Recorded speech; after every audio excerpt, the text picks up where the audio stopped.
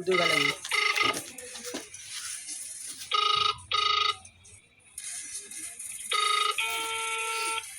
আসসালামু আলাইকুম।